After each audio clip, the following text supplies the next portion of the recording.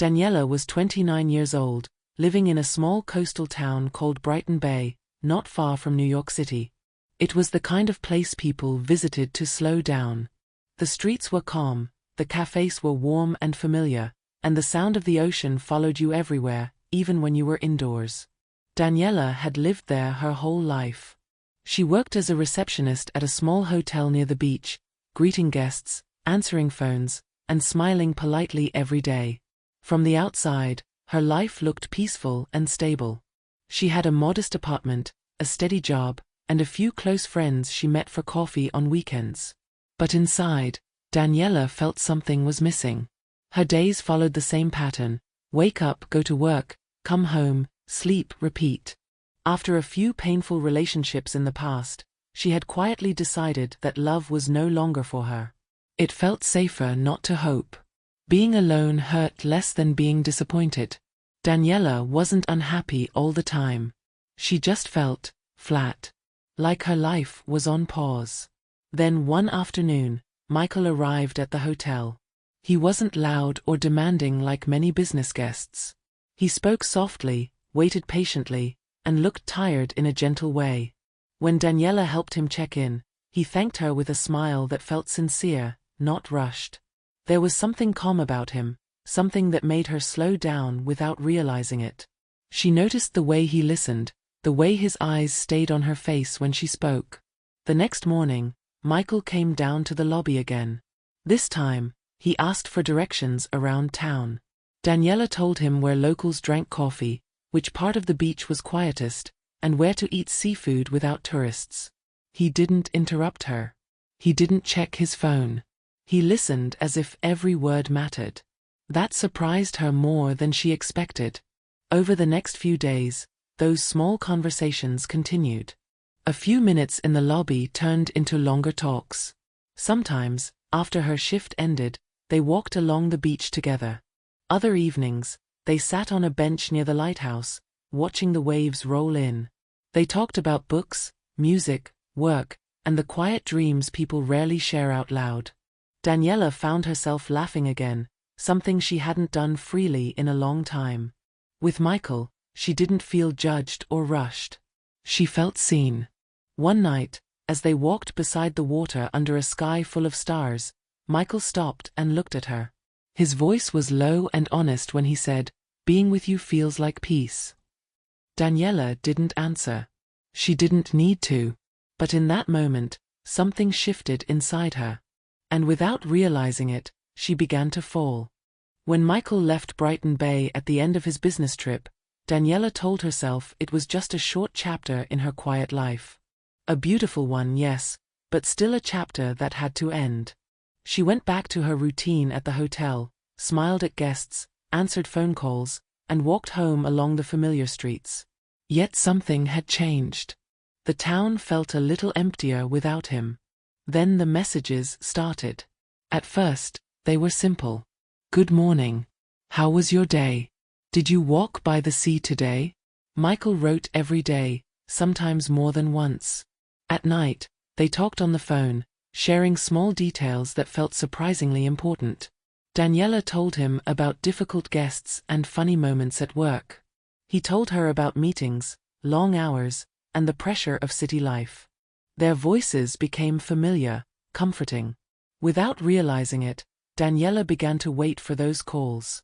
A month later, Michael returned to Brighton Bay. This time, he didn't stay at the hotel. He rented a small house near the harbor and asked Daniela to come over. She hesitated for only a moment before saying yes. The first evening felt warm and natural. They cooked dinner together, played soft music, and laughed when the food almost burned.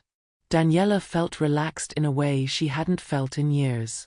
It didn't feel like a new romance. It felt like something that had already begun. Their days together were filled with simple moments. Morning coffee by the window. Quiet walks along the beach. Sitting on the couch, talking about books and dreams. Michael listened when Daniela spoke, really listened, as if her words mattered. He remembered the smallest things she said.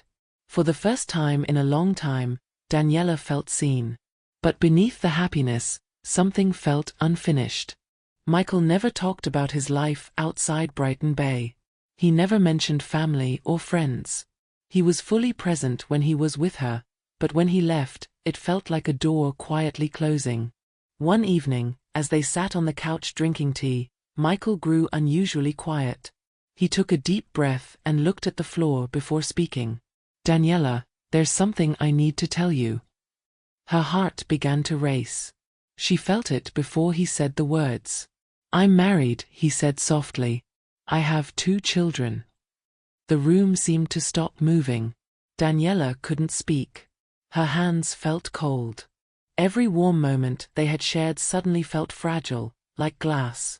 Michael tried to explain. He said his marriage was empty, that he stayed only for the children, that meeting Daniela had been unexpected. But his words blurred together.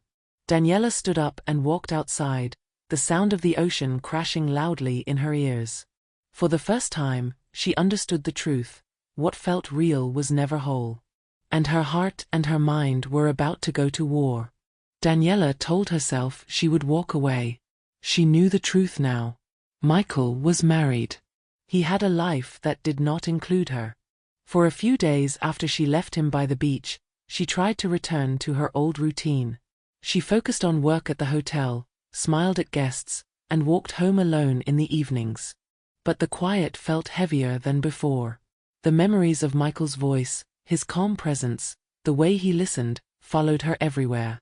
When his message came, "I miss you. Can we talk?" Her heart answered before her mind could stop it. She met him again. Not in public. Not in places filled with light. They met in the small house near the harbor, the same place that now felt like a world apart from real life. There were no photos together, no hands held on the street, no plans spoken out loud. Just closed doors, quiet dinners, and stolen hours. Michael was gentle. He always was. He asked about her day, remembered small details, brought her books she once mentioned, cooked with her in the narrow kitchen. When he looked at her, Daniela felt seen in a way she hadn't felt in years. In those moments, the rest of the world disappeared. It felt real. It felt warm. But it was never complete. When his phone rang, he stepped away to answer. When the weekend ended, he packed his bag and returned to his other life. He never left clothes behind. He never talked about the future. And Daniela never asked too many questions, because she already knew the answers. Slowly, without noticing at first, her life began to shrink. She stopped making plans with friends because she wanted to be available when Michael visited. She checked her phone first thing in the morning and last thing at night. A missed message could ruin her entire day. Her thoughts were no longer her own. They moved around his schedule, his visits, his silence. Sometimes, standing alone on the beach after he left, she asked herself the same question again and again. Is this love? Or am I just afraid to be alone? The question had no easy answer. Michael never lied about caring for her. But he never chose her either. He lived 2 lives, and Daniela existed only in the quieter one, the hidden one. She was not part of his daylight. She was something soft and secret, something that fit between responsibilities. And she accepted it. Because accepting a half-love felt easier than facing an empty one. But the cost was growing. Daniela no longer laughed the way she used to. The sea, once her comfort, now only reminded her of waiting. Even in Michael's arms, she felt a strange sadness, like holding something that was already slipping away. One night, after he left again, Daniela sat by the window and watched the harbor lights flicker in the distance. Her chest felt tight. Not with jealousy. Not with anger. With exhaustion. For the first time, she admitted the truth to herself. Loving in secret was slowly erasing her. The first person Daniela told the truth to was Nina. They sat together in a small cafe near the harbor, the same place where they used to laugh about simple things before Daniela's world became quiet and narrow. Nina listened without interrupting, her hands wrapped around a cup of coffee that had already gone cold. When Daniela finished, her voice shaking, Nina didn't judge her. She didn't raise her voice. She simply said, "You are disappearing." Those words stayed with Daniela long after they left the cafe. Disappearing. That was exactly how it felt. She no longer recognized the woman who waited by her phone, who planned her days around someone else's visits, who accepted being loved only in fragments. Nina's voice echoed in her mind that night as Daniela lay awake, staring at the ceiling. "You deserve to be chosen," her friend had said. "Not secretly. Not sometimes. Fully." A few days later, Michael came to Brighton Bay again. He smiled when he saw her, kissed her forehead, acted as if nothing was wrong. But Daniela felt different. There was a calmness in her chest, heavy but clear. She asked him to sit down with her, really sit, not just pass time. They sat at the small table by the window, the sea visible in the distance. "I need to ask you something," Daniela said. Her voice was steady, even though her hands trembled. "Can you choose me? Not in secret. Not part-time. Can you choose me openly?" Michael looked down. He didn't answer right away. The silence between them felt longer than usual, heavier than all the silences before. Finally, he spoke. "You know it's not that simple. I have children. A family. I can't break that." Daniela nodded slowly.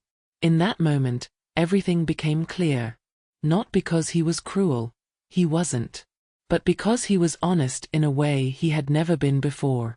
He would never leave. Not today. Not tomorrow. Not ever.